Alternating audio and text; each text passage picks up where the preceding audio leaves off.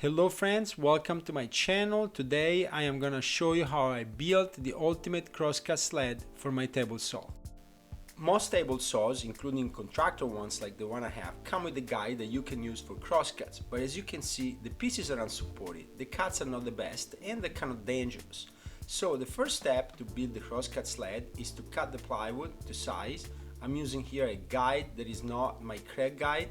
If you have a Craig guide for crosscuts, you can use it. Otherwise, you can just use a piece of wood like I'm doing here, and I want to show it to all those of you that don't have a Craig guide or a purchase guide. You can just do it with a piece of wood and it works just fine. It's important to put some tape in the back of the plywood where the blade comes out, because the cuts are going to be much more crisp, as you can see. And then it's time to start building the handles. Here I'm using for one laminated plywood, that's an option. And then you need to fabricate the runners that go in the insets on the table saw top. I use maple, but you can use plywood or other materials, even metal. The most important thing is that they be precise. They cannot be too loose, otherwise the sled is not gonna stay perpendicular to the blade, and they cannot be too tight, otherwise they're not gonna slide well. And after cleaning up the laminated plywood here on my table saw, the next step is to glue it to the sled. And to do that, in addition to the glue, I recommend that you also use some recessed screws. The important thing is that they be recessed, because otherwise they'll interfere with the sliding of the sled.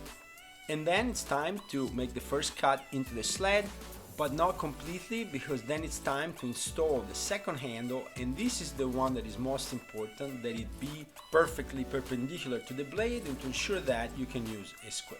Then, as we did for the other handle, we're gonna secure it with glue and with some screws, and then it's time to complete the cut.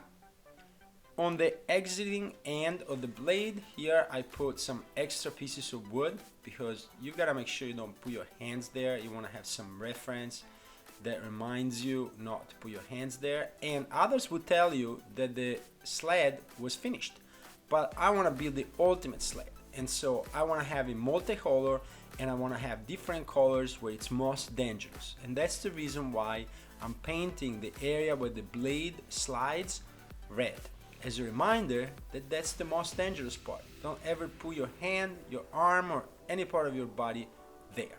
It also looks fantastic, unlike any other sled.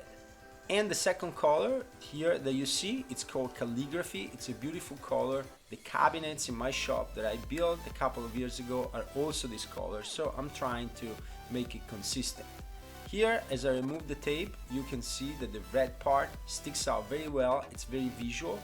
And then, to make this sled even more useful, I'm installing some adhesive tape measure that will allow me to know every time I make a cut how big the cut is, just by placing the stop block where the measurements are. And this is both imperial and metric. And then I'll be installing these red bars on the top that also serve as protection, so that you don't inadvertently put your hand. And as you can see, with a simple stop block, you can make fast, repeatable, and precise cuts. That's the whole point of having a sled like this. And this is gonna be very useful in your shop, and it's gonna look fantastic. This is the ultimate sled. And friends, I hope that you found this video entertaining and useful. If you did, please leave a comment, subscribe to my channel, remember to turn on the bell for notifications, and I will see you on the next video. Thank you so much for watching.